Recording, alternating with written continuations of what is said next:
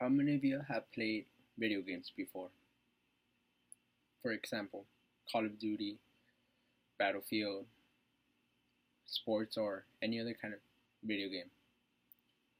Like you, at first I was amazed by how this virtual reality would work for us, how fun it was to play video games with friends, and now, thanks to technology, we could play with whoever we want all over the world. But then I realized that these same video games were causing a lot of damage to young people and even us young adults. Like you, at first I was mad because of how they were treating the virtual reality world. After giving it some thought, I realized they were right and had to do something about it. Just hear me for the next 5 to 7 minutes as I will explain what is going on today with the virtual reality world. Now, I will explain to you what problems the video game world has caused not only in this country but around the whole world, both physically and mentally, are factors that have been targeted with video games. Today I will be talking to you about the first problem, which is health problems. A lot of young kids have been not having a social life because of video games. They prefer to stay inside of home and play. I remember when I was young, I would love to go outside and play, which was good because it was a sort of exercise. We would sweat, our heartbeat would be up, and you know, that's a good, healthy environment for a kid. But nowadays, a kid prefers to stay inside of home, sit down, and just play video games for hours. Livestrong.com mentioned that those who spend more than 2 hours a day in front of a television or video games and little or participating in physical activity may suffer from obesity. They mentioned that those who stay inside their house for a long period of time are most likely to be in obesity, which is a problem for kids nowadays or even us young people. Also, in healthland.time.com, it was mentioned that in a study of 562 people between the ages of 19 and 90 living in Seattle, Tacoma area, 45.1% said they played video games regularly. This means a big percentage of the whole population in that place play video games. Doesn't matter the age, which in a way can be a problem because that would increase the probabilities of obesity or any other health problem. The second point I will be talking about is mental problems.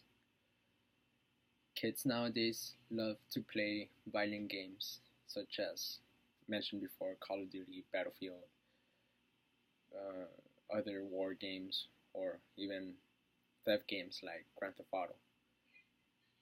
According to a journal, a review of effects of violent video games on children and adolescents, it was said that violent video games have stronger effects on aggression than violent television programs, which means that those who play violent games are more likely to act violent towards their loved ones. For example, you have a brother who has a war game and he grows up with that war game, and as he gets older he thinks what he has seen in that video game is the norm of this world, and he begins to act that way. That is wrong and it shouldn't be that way. Also, CNN reported that both the American Psychological Association and the American Academy of Pediatrics take a firm stance against children and teens playing violent video games. I believe this is a right decision because young people shouldn't be playing these games at all. And I've personally seen parents buy their 7, 8 year olds war games, which are only meant for people of 18 years and older. The last point I will be talking about is how do we know that this is really happening? Well, according to BBC.com, video games in the article named "Do Video Games Make People Violent?" a report was stated that one of the students who carried out the Columbine High School massacre in 1999 used the gun he called Arlene, which he named after in a novel inspired by the computer game Doom. This person was inspired by that game to commit what he did, which was murder quite few students from high school and had no regrets. He may have had mental problems in the past, but this game was an encouragement for him to do it, which is not good at all. And knowing that young kids are playing these games doesn't help the society think that those games are for good, which they're not. To conclude, we now know how and what problems the video game industry may cause to those who we love, such as our brothers or sisters.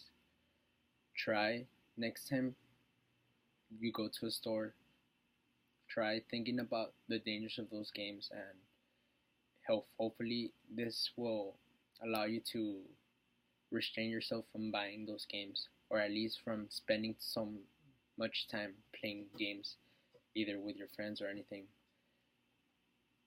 because they cause a lot of problems, like I've said, mentally and both physically as well. Thank you for your time and hope you have a wonderful day.